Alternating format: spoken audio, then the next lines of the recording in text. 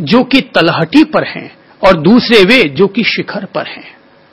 तो तलहटी पर रहने वाले लोग जमीनी तूफानों से, जमीनी धूलों से परेशान रहा करते हैं, जमीनी प्रभावों से परेशान रहा करते हैं, लेकिन जो शिखर पर पहुंच चुके हैं ऐसे लोग वो तटस्थ भाव से जमीन पर जो कुछ होता रहता है उसको देख लेते हैं, लेकिन वे उससे प्रभावित नहीं होते।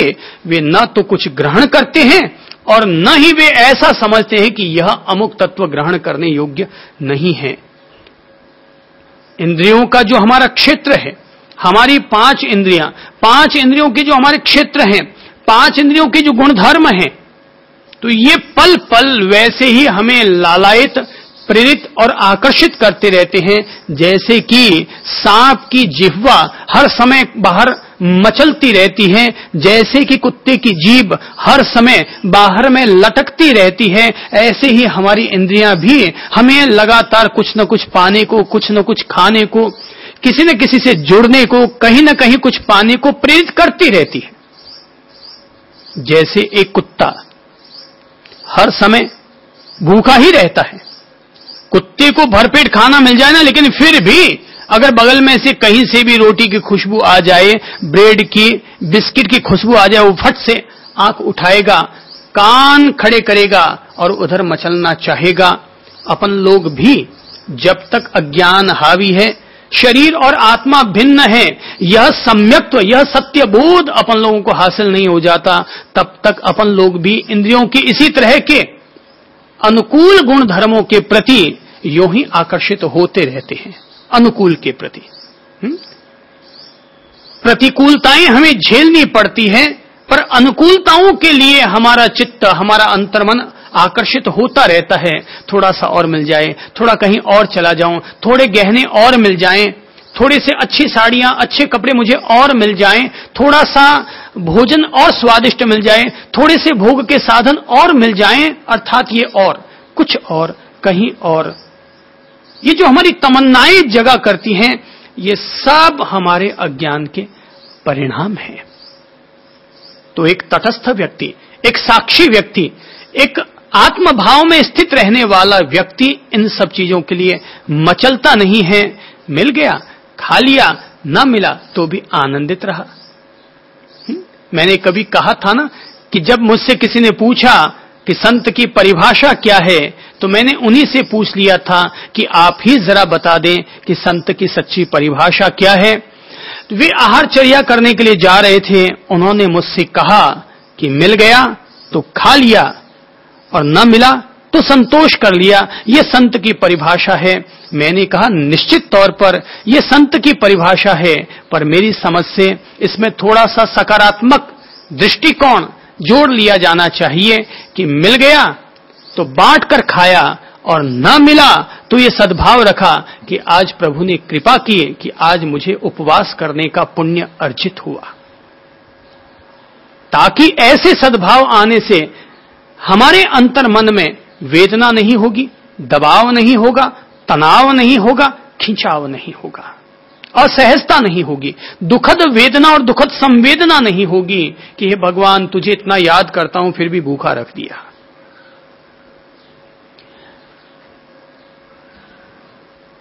जीवन में अनुकूल और प्रतिकूल दोनों ही परिस्थितियां बना करती हैं। जब तक साधना भाव नहीं आता, देखिए 3 तरह की परिस्थिति बनती है।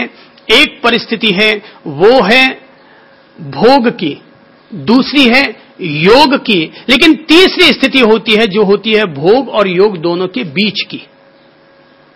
एक तो स्थिति है पूर्ण भोग की, दूसरी है पूर्ण योग की, लेकिन तीसरी स्थिति है उसे हम कहेंगे भोग और योग के बीच की अधर झूल वाली। अधर झूल वाला जो रास्ता है यह खतरे का रास्ता है। एक बहुत अच्छी कहानी राजा भर्तृहरि से जुड़ी हुई है कि जब उन्होंने सन्यास ले लिया था, वे राजर्षि बन गए, ब्रह्मर्षि बन गए, सिद्धर्षि बन गए, तो कहते हैं कि वो जंगलों में चले गए और पहाड़ियों पर बैठकर, वहां की गुफाओं में बैठ करके वो ध्यान किया करते। तो उन्होंने एक दफा देखा कि जहां वो बैठे थे ठीक उसके सामने तलहटी पर, हालांकि दूरी थी उसमें, तो तलहटी पर एक अद्भुत अनमोल हीरा उन्हें नजर आया। एक पल के लिए उनके मन में अंतर्भाव उठे, तमन्ना उठी, अरे यार क्या अद्भुत हीरा है, मैंने आज तक अपने राजकोष में भी ऐसा हीरा नहीं देखा था। बैठे किसमें थे? ध्यान में, साधना में बैठे थे। पर अब ये तो मन है, देख लेता है तो देखते फिर वो अपने आप तरंगित हो जाता है, बहने लग जाता है। तो कहते हैं उनका दृष्टिकोण, उनकी नजर हीरे पर जाकर गिरी और उनके मन में तमन्ना जग गई कि यार इतना अद्भुत हीरा तो मैंने नहीं देखा, जाता हूं ले आता हूं। वे ऐसा सोच ही रहे थे कि अच्छा खड़ा होता हूं, कुछ इस तरह का चिंतन कर रहे थे कि इतने में ही देखा उन्होंने कि पूर्व दिशा से एक सुभट घोड़े पर दौड़ता हुआ चला आ रहा है, तो पश्चिम दिशा से भी एक सिपाही, एक राज सैनिक घोड़े पर दौड़ता हुआ चला आ रहा है। दोनों तरफ से दौड़ लगी हुई है, आमने सामने आ रहे हैं। भर्तृहरि ने सोचा, अरे ये लोग क्या कर रहे हैं? तभी देखा 2-4 सुभट उधर से, 2-4 सुभट इधर से। वे आकर के उसी हीरे वाले स्थल पर पहुंच गए, तलवारें तन गई। वो कहता है हीरा मेरा, वो कहता है हीरा मेरा। तलवारें निकल पड़ी, तलवारें चल पड़ी, आपस में तलवारें खिंच गई, लहूलुहान हो गए, सबकी लाशें वहीं ढेर हो गई। हीरा वहीं का वहीं रह गया, आसपास में लाशें ही लाशें बिछ गई। भर्तृहरि को तब जीवन का ज्ञान मिल गया, अध्यात्म का सार मिल गया, अध्यात्म की कुंजी मिल गई कि जो तटस्थ है वही सुखी है, और जो कभी राग की तरफ और कभी द्वेष की तरफ अपने चित्त को घड़ी के पेंडुलम की तरह अगर इधर उधर डोलाता रहता है, वह व्यक्ति सदा दुखी रहता है। ठीक वैसे ही जैसे कि इस एक हीरे के लिए अनेक अनेक सिपाही और सुभट मर गए, हीरा वहीं का वहीं, हीरा वहीं का वहीं और वहीं का वहीं, लेकिन फिर भी लाशों पर लाशें बिछती चली गई। एक प्रकार से आज अपन श्री भगवान के जिन सूत्रों पर चिंतन और मनन करेंगे, अपने साधना के विकास के लिए हम लोग जो पवित्र मार्गदर्शन प्राप्त करेंगे, वो ऐसा ही मार्गदर्शन समझें कि वह व्यक्ति को तटस्थ भाव की ओर ले जाता है, साक्षी भाव की ओर ले जाता है। प्रत्येक अपन साधक को यह बात मान लेनी चाहिए, जान लेनी चाहिए, भली भांति दिल में घर कर लेनी चाहिए कि साधना की कुंजी अगर कोई है तो वो साक्षी भाव है।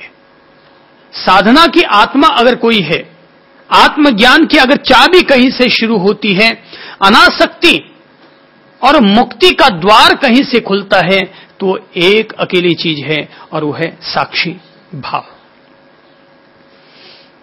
इसी साक्षी भाव को विकसित करने के लिए बुद्ध ने अपनी ओर से मार्ग दिया है, और वो मार्ग है अनुपश्यना का मार्ग।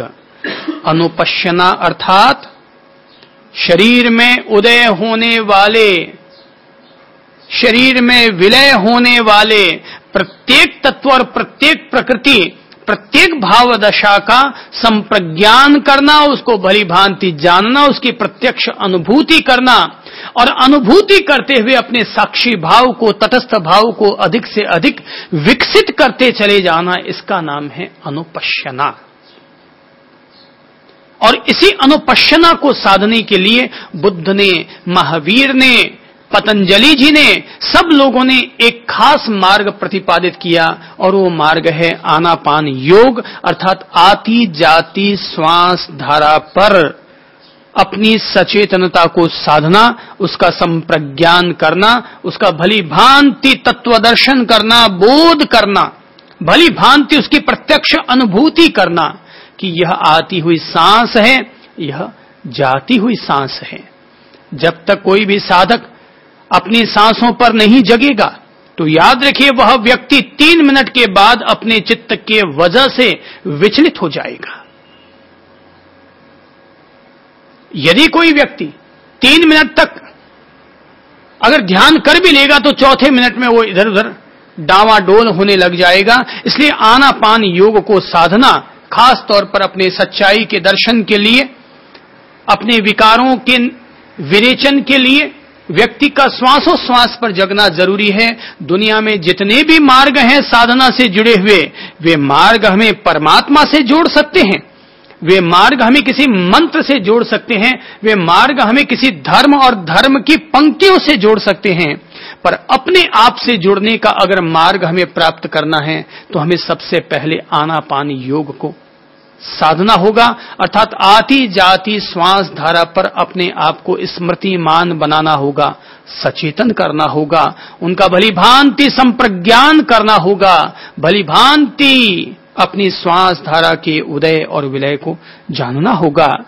आनापान करने वाला साधक भली भांति जानता है यह आती हुई सांस है। आनापान करने वाला व्यक्ति भली भांति यह जानता है कि यह जाती हुई सांस है। जब सांस गहरी चलती है, जब सांस गहरी चलती है तब भी साधक भली भांति जानता है इस समय वर्तमान क्षण में सांस गहरी चल रही है, और जब सांस छोटी चलने लगती है तब भी साधक भली भांति यह जानता रहता है, जानने का प्रयत्न करता है, सचेतन होकर जानता है कि अभी इस समय सांस छोटी चल रही है। जैसे कोई सुथार अपने औजारों को चलाते वक्त भली भांति जानता है कि मेरा औजार अभी लंबा चल रहा है कि छोटा चल रहा है, दबाव के साथ चल रहा है या हल्के हाथ के साथ चल रहा है। जैसे कोई सुथार, जैसे कोई कारपेंटर भली भांति जानता है, ऐसे ही एक साधना में बैठा रहने वाला साधक आनापान योग को साधता है और भली भांति श्वास को जानते हुए अपने काया का दर्शन करता है, काया की अनुपश्यना करने के लिए सफल होता है। सामान्य तौर पर आनापान करने के बाद साधक के सामने दो रास्ते हैं। एक रास्ता तो है जो आनापान करने के बाद साधक को ध्यान की ओर प्रेरित करता है, और दूसरा रास्ता है जो कि व्यक्ति को अनुपश्यना करने के लिए प्रेरित करता है। ध्यान और अनुपश्यना में फर्क है। ध्यान और अनुपश्यना में फर्क है। ध्यान का अर्थ होता है चित्त की एकाग्रता, और अनुपश्यना का अर्थ होता है स्वयं के भीतर जो भी उदय विलय हो रहा है उस प्रत्येक उदय विलय का साक्षी होना, उसका लगातार दर्शन करना, उसे भली भांति जानना। ध्यान में जो हो रहा है उस पर